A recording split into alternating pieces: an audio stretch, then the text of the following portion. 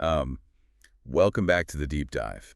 Today we're focusing on a moment in history that I think often gets really overshadowed. Yeah, definitely overshadowed by the whole celebration of the end of World War II. Right, exactly. You think of the newsreels, the cheering crowds, the sailors kissing nurses in Times The Square. iconic stuff. Yeah, the iconic VJ Day imagery. But to really get into our topic today, we have to strip all of that away. Hmm. Because in reality, the spring of 1945 was the grim crescendo of the entire conflict. It was an absolute nightmare. We're heading to the Pacific Ocean, specifically to a very slender, jagged island sitting right on the literal doorstep of Japan.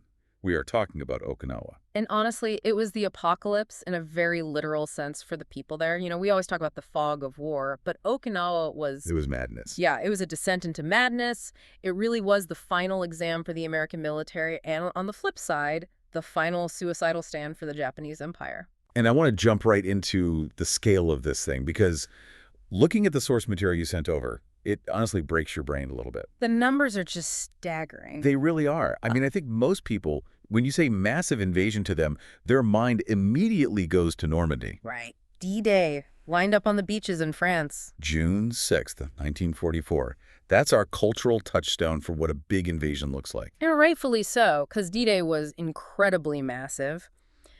But here's the thing that people so often miss.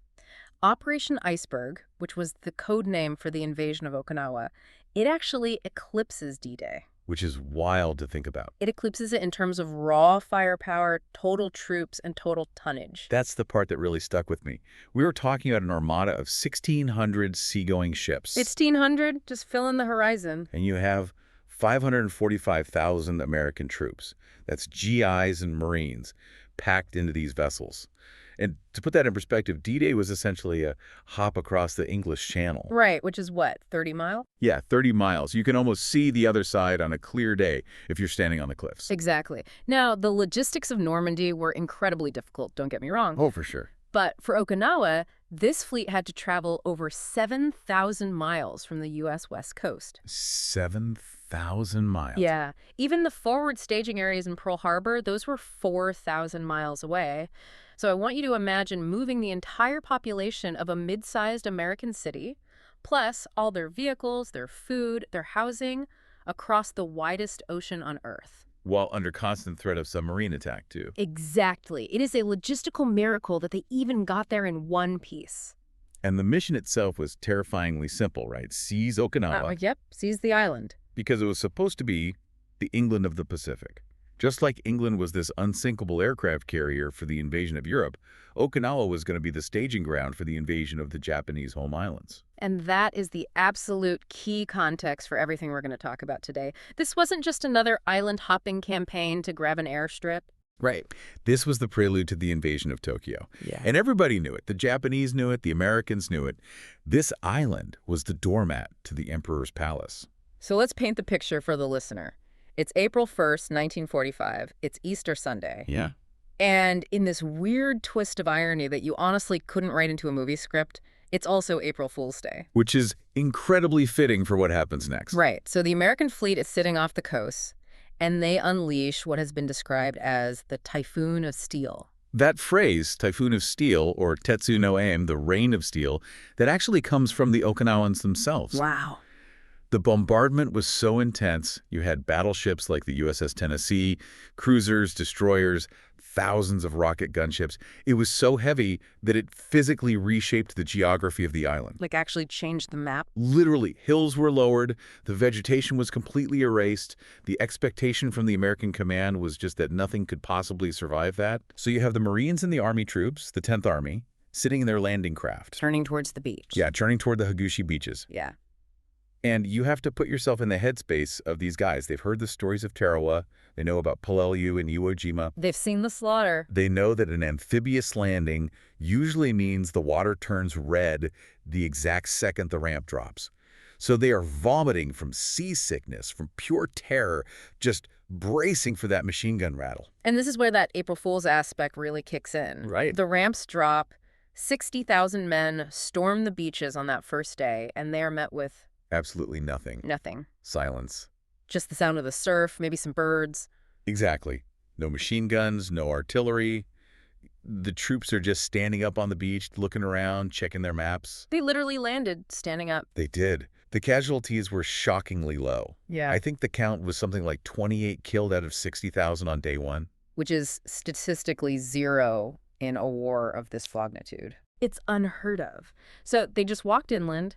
They captured the Yontan and Kadena airfields, which were these massive strategic objectives, without barely firing a shot. The troops actually started calling it Love Day instead of L Day. Yeah, Love Day. There's a quote in the sources from one soldier who said, "I've already lived longer than I thought I would."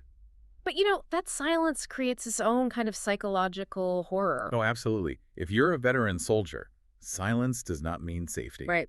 Silence means an ambush. It means the enemy is watching you. They're waiting for you to let your guard down to get comfortable. Precisely. The sources call this period the honeymoon, but it was a honeymoon inside a haunted house. That's a great way to put it. The Japanese weren't at the water's edge because they had fundamentally changed the rules of the game. And to understand why they did that, we need to look at the men commanding the Japanese defense. The 32nd Army. Right. Because this was not the erratic, banzai-charging enemy from 1942.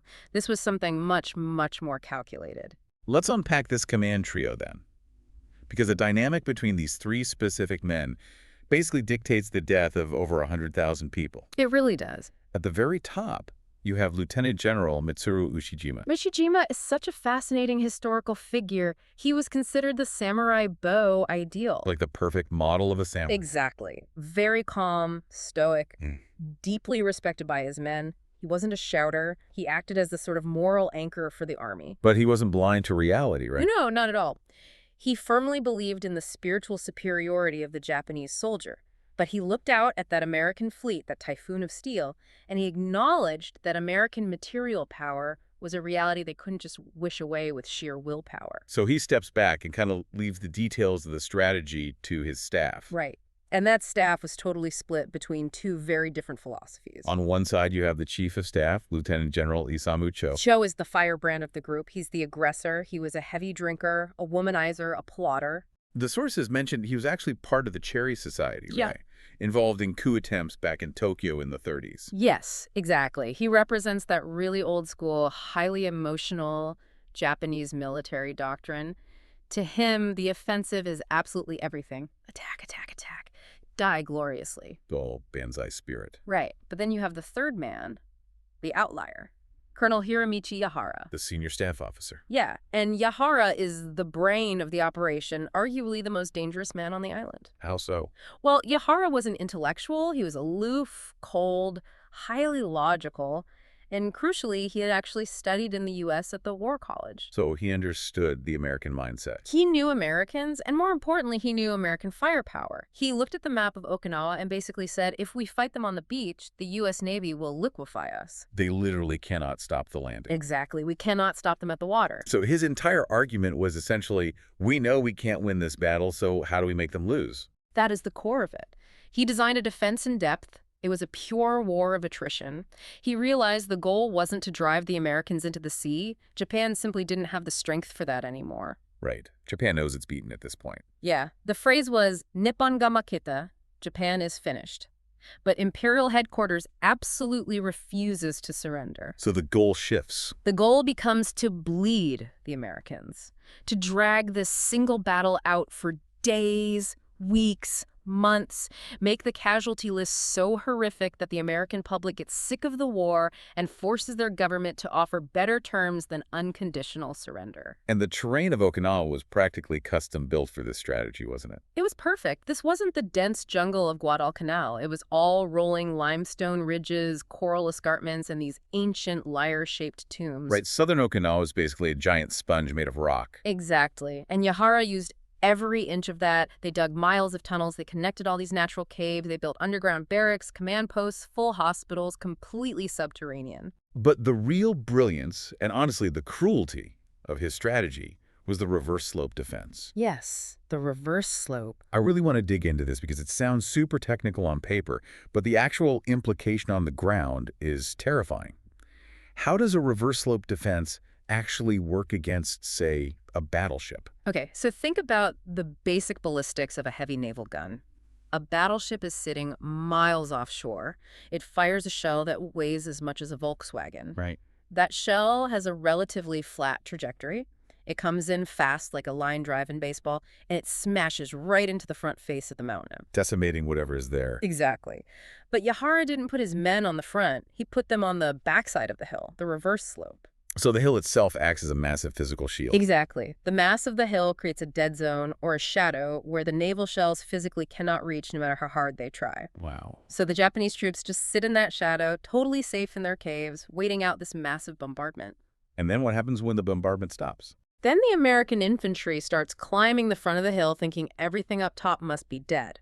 They crest the summit, silhouetting themselves right against the sky, and suddenly they're looking down at the reverse slope. Where thousands of Japanese soldiers are just waiting for them. Waiting with machine guns and mortars aimed right at the crest at point-blank range. That completely neutralizes the single biggest advantage the U.S. had. It did. It completely nullified the naval gunfire. It took this massive battle of advanced technology and turned it into a knife fight in the mud. So while Yahara is springing this trap inland, there's a whole other drama playing out at sea. And this involves the American command. The tension at the top. Yeah, you have General Buckner on the ground commanding the army and Admiral Turner out on the water. And they are not getting along at all. No, they're really not. It's the classic Army versus Navy friction, but dialed up to 11. Let's talk about Buckner first. Lieutenant General Simon Bolivar Buckner, commanding the 10th Army. They called him the Old Man of the Mountain. He was actually the son of a Confederate general. Really? Yeah. And he's a very traditional military thinker. He believes in methodical, slow, artillery-heavy advances. He really wants to save the lives of his GIs, so he moves slowly. His motto is basically burn them out, then move up. Cautious. But then you have Admiral Kelly Turner. Turner is the complete opposite. He is brilliant, but he's incredibly abrasive. He's the master of amphibious warfare. The sources mention he used to wear an old bathrobe on the bridge of his ship. He did. He was a character. He was obsessed with landing logistics. But here's his problem. He's sitting out on a ship, and his ships are stationary targets. Right. So he looks at the Army's really slow progress on land, and he is just screaming, "Move faster! We are getting hammered out here." Because while the Army is having their honeymoon period on the beach those first few days, the Navy is fighting for its absolute life against the kamikaze. Yes. The divine wind. Let's talk about that. Yeah. Because I think people know the word kamikaze, but the reality what happened at Okinawa was a massive, massive escalation from what we saw earlier in the war in the Philippines. Oh, without a doubt. This was Operation Tengo, the heavenly operation. The Japanese High Command, specifically guys like Vice Admiral Onishi and Admiral Ugaki, they had fully committed to a strategy of total national sacrifice. The philosophy was one plane for one warship. Right. Spiritual power taking on material power. They called these mass suicide attacks kikusui, which translates to floating chrysanthemums. And the chrysanthemum is the symbol of the imperial family, but in this context, it's also a symbol of death. Exactly. So on April 6th, the first really big wave hits the fleet. Hundreds of planes all at once. And these aren't all high-tech fighters, right? No, some of them are antiquated wooden trainers, some are older bombers. But it doesn't matter because they're all being used as guided missiles. And the ships that were taking the brunt of this assault, it wasn't the big aircraft carriers sitting safely in the center of the fleet, was it? No, it was the guys out on the absolute edge, the radar picket ships. Tell me about them. These were small destroyers stationed way out on the perimeter of the fleet, miles away, to give early radar warning of incoming planes. They called them the Lonesome Ends. Because they were out there totally alone. Out there alone, with almost no air cover of their own, facing wave after wave of suicide planes. Ships like the USS Bush and the USS Calhoun were completely swarmed and sunk. I was reading about the sailors on these picket ships. The psychological strain sounds completely unbearable. It broke people. You're on duty for days at a time. You literally can't sleep because every single blip on that radar screen could be your death coming at you at 300 miles an hour. Sailors were literally cracking up, having nervous breakdowns. They had to be heavily sedated because it wasn't just normal naval combat. It was a horror movie. Right. Imagine you're on an anti-aircraft gun. You're shooting down a plane. You blow its whole wing off. It's on fire. But it keeps coming. It keeps coming. The pilot is probably dead at the stick, but the sheer physics of the dive carried the flaming wreckage right into your ship's bridge. It was relentless. And it wasn't just the planes making suicide runs. The Japanese Navy decided to throw their absolute last great card on the table during this time, the Yamato. The Yamato. I mean, even the name carries so much historical weight. It literally means ancient Japan. This was the largest, most powerful battleship ever built by human hands. It was a floating fortress, 18.1-inch guns, beautiful, terrifying, but by 1945, it was effectively a dinosaur. And its mission on April 7th, when you read the outline of the plan, it feels almost like a Viking funeral. That is exactly what it was, a pure suicide mission. They loaded the ship with only enough fuel for a one-way trip to Okinawa. Just to get there. Right. The plan, if you can even call it a strategic plan, was to beach the massive ship on the Okinawan coast and just use those giant main guns as static artillery support for the army. Turning the pride of the entire fleet into a pillbox. Essentially. The crew had to know this, right?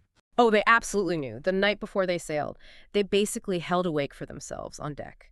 They drank sake, they sang Umi Yukaba, which is this haunting song that translates to across the sea, corpses in the water. They fully expected to die. And the actual end of the Yamato, it really signifies the final death of the naval era, doesn't it?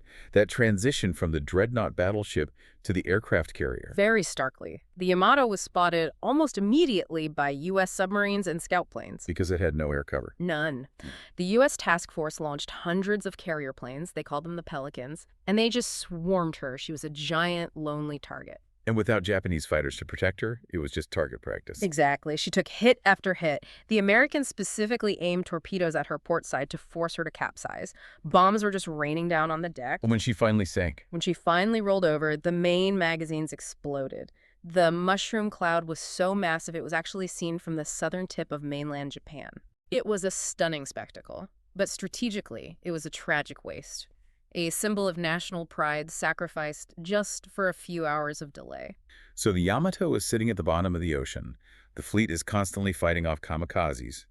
And back on land, the honeymoon we talked about is officially over. The reality sets in. The U.S. Army moves south, and they finally hit the outer edge of the Shuri Line. Specifically, they run into a place called Kakuzu Ridge. Right, Kakuzu Ridge.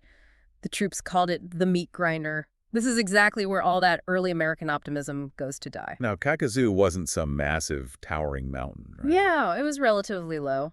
But it was fortified perfectly according to Yahara's defense-in-depth plan. It had this deep gorge right in front of it that the troops called the Gorge of Death. It was a natural anti-tank trap. Tanks simply couldn't cross it. So it's down to the infantry. And this is where we start seeing these incredible stories of individual heroism trying to overcome this massive tactical nightmare. Yeah. Like the story of Lieutenant Haas Mitchell.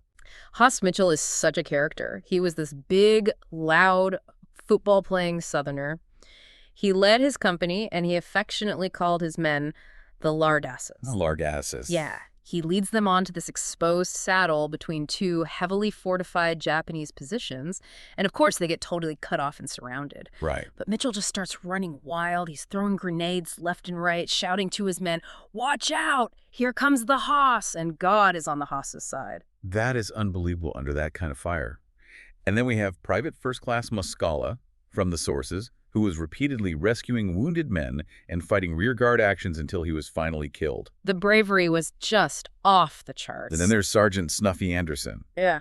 This story, I actually had to reread the source text just to make sure I understood the physical mechanics of what he was doing. It is the absolute definition of battlefield improvisation. So Anderson is holed up inside one of those lyre-shaped Okinawan tombs we mentioned. He's fighting off a Japanese assault, but he completely runs out of hand grenades. All he has left is a heavy box of mortar shells. And for the listener, a mortar shell's designed to be dropped down a metal tube, which hits a firing pin at the bottom and launches it high into the air.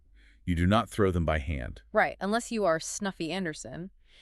He figures out that if he manually pulls the safety pin and then violently slams the base of the mortar shell against a hard rock, it arms the internal fuse. So he is literally arming a highly explosive shell right in his bare hand. Yes.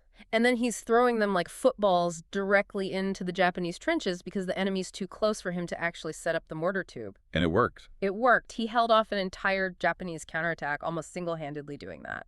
But the grim reality is, despite the incredible heroics of guys like Mitchell and Muscala and Anderson, The overall attack on Kakuzu Ridge failed. It did. They couldn't break a line. It turned into a bloody stalemate. The Americans quickly realized that standard artillery and naval bombardment couldn't kill these guys hiding underground. The moles, as they call them. Right. So the army had to resort to what they called blowtorch and corkscrew tactics. Explain that for us. What does blowtorch and corkscrew actually look like on the ground? It is arguably the most gruesome work of the war.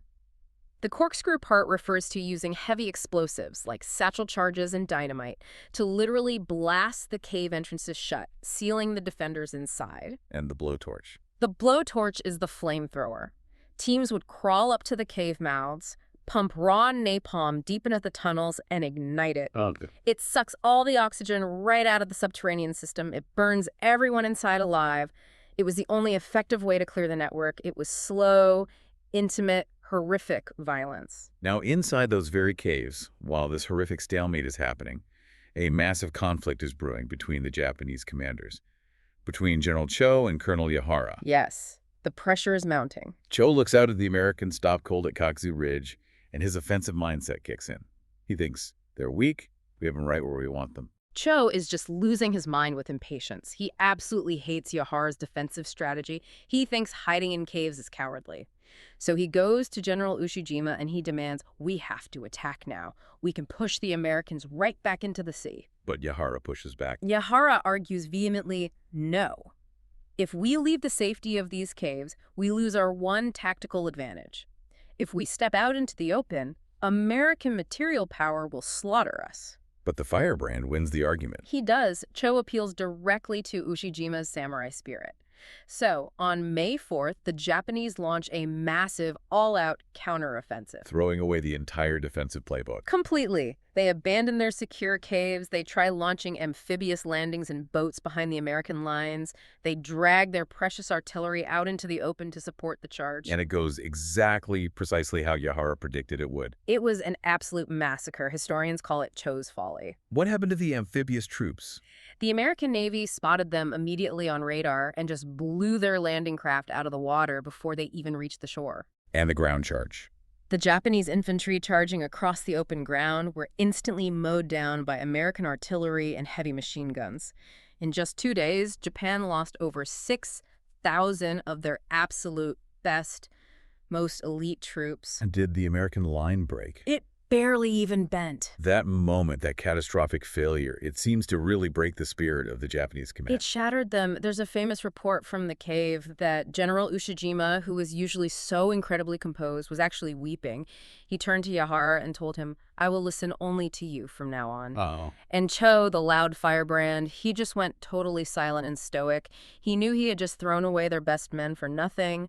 They went back to the attrition strategy, but the fatal damage was already done. Now, speaking of intense strategic debates, there was a really big one happening on the American side at this exact same time, the Minatoga controversy. Oh, yeah. This is one of the huge what-ifs for military historians. Let's set it up. So, the Americans are stuck grinding against the Shuri line. Casualties are mounting rapidly, and General Bruce of the 77th Division, backed by Admiral Turner, comes up with an alternative. Right. Bruce says, why are we banging our heads against a reinforced concrete wall? Let's flank them. He wants to take his division and launch a second surprise amphibious landing down at the Minatoga beaches, completely behind the Japanese line. Which seems like common sense. If the front door is locked and guarded, go around and climb through the back window. Exactly. The Marines really wanted to do it. The Navy desperately wanted to do it because they needed the battle to end to stop the kamikaze attacks on their ships. But General Buckner, the old man of the mountain, he refuses. He shoots it down completely. Why? Was it just sheer stubbornness on his part? It was a mix of stubbornness and extreme caution. Buckner was terrified of a logistical failure. He looked at the scout reports for the Minatoga beaches and saw dangerous coral reefs and really rough currents. And he was worried about supplying two different fronts. Right. He was worried about ammunition shortages because the kamikazes had already sunk several important supply ships. He just didn't want to risk splitting his forces and facing a disaster. He preferred the sure thing. Even if the sure thing meant grinding straight ahead into a meat grinder. And looking back, experts heavily criticize this decision, don't they? They do. Admiral Spruance and Turner were furious at the time. Many analysts argued that a successful flank attack at Minatoga might have ended the battle a full month sooner. Which would have saved thousands of American lives, not to mention tens of thousands of Okinawan civilian lives. But we will never know for sure. Buckner chose the slow, high-casualty route of attrition. And that slow route, that massive grind, required a logistical effort that is almost comical in its sheer magnitude. The military called it the magic box. The magic box. The supply chain was just staggering to contemplate. We're talking about supplying 500,000 men over a distance of 7,000 miles. The consumption rates are what blew my mind. They were shooting 3,000 tons of artillery ammunition per day. 3,000 tons, every single day. But it wasn't just bullets and bombs. The magic box was delivering the creature comforts of the American industrial machine right to the front lines. The source material lists some surprising details here. 1.2 million candy bars. 2.7 million packs of cigarettes delivered to Okinawa. It is such a stark, jarring contrast. On one side of the hill, you have Japanese soldiers living on meager rice balls and rainwater, slowly rotting away in damp caves.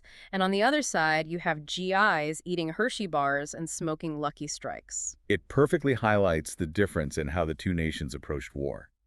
Massive material abundance versus spiritual deprivation. Exactly. Speaking of weird details on the ground, we have to mention the habu. Oh, the snake.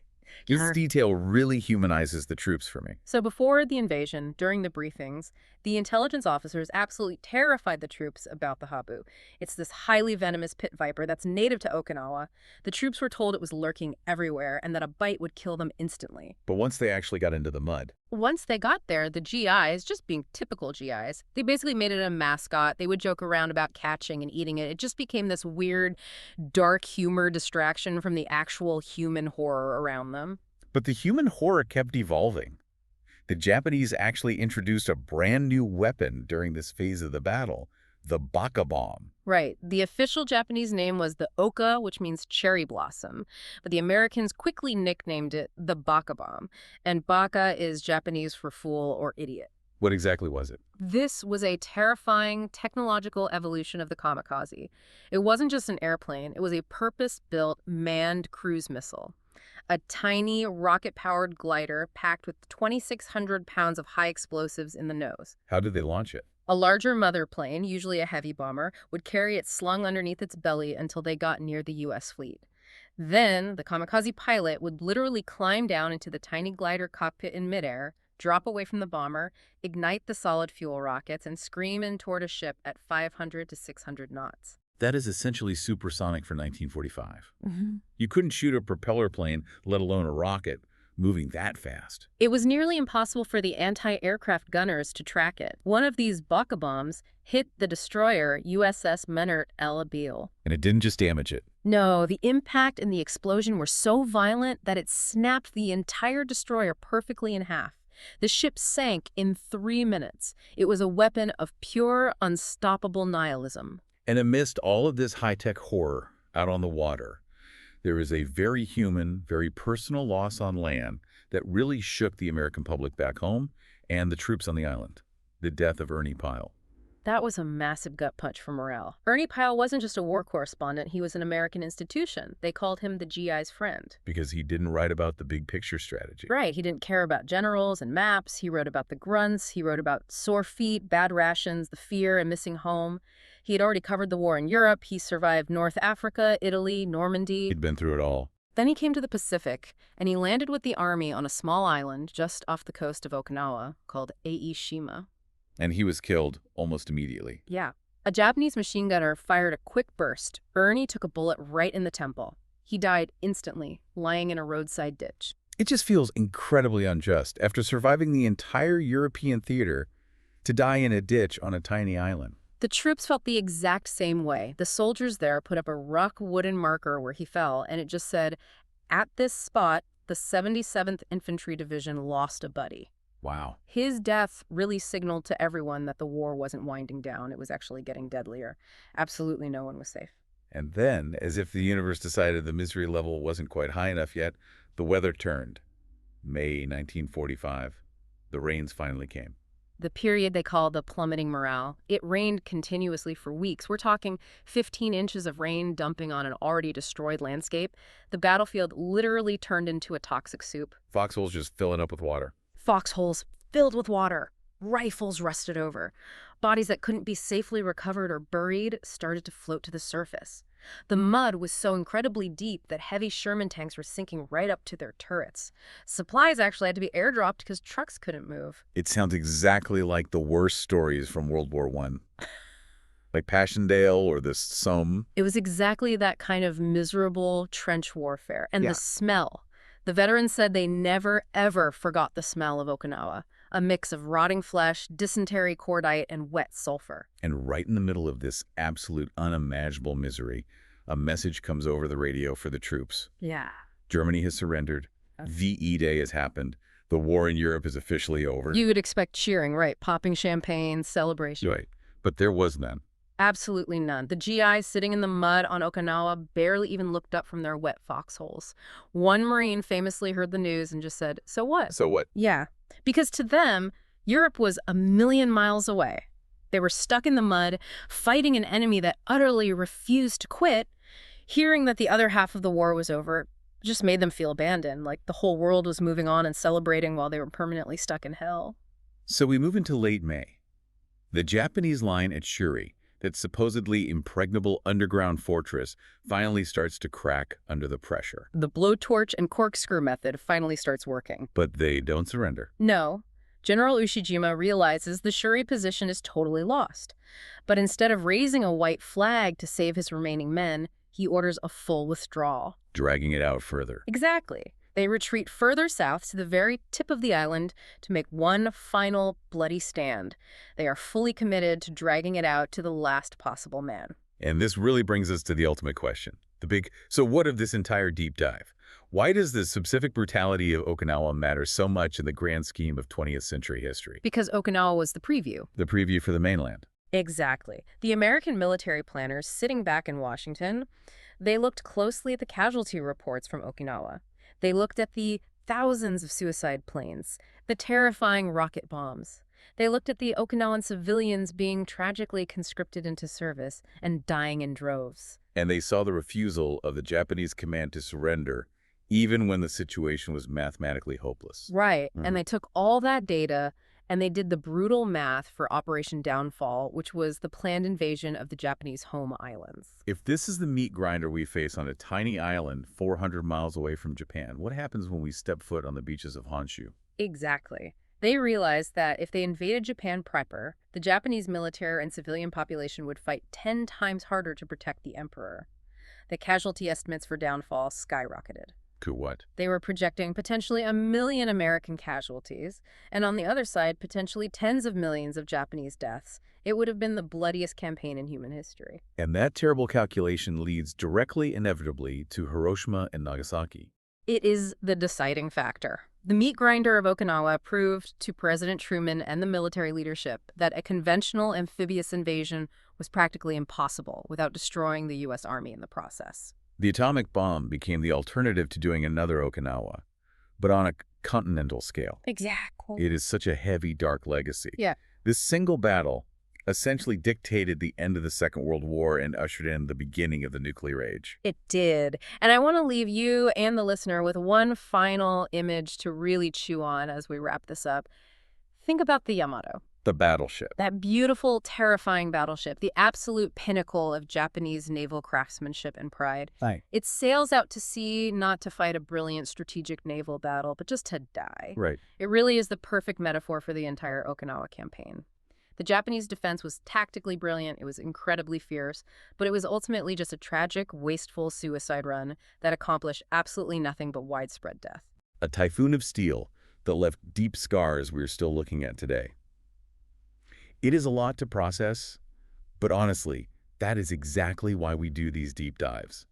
To understand not just the dates of what happened, but what it actually felt like on the ground. Absolutely. History is always in the gritty details. Well, thank you for walking us through this incredible history. And to you listening, thank you for sticking with us through the mud and the fire today. There is always more to learn. We will see you next time on The Deep Dive. Stay curious.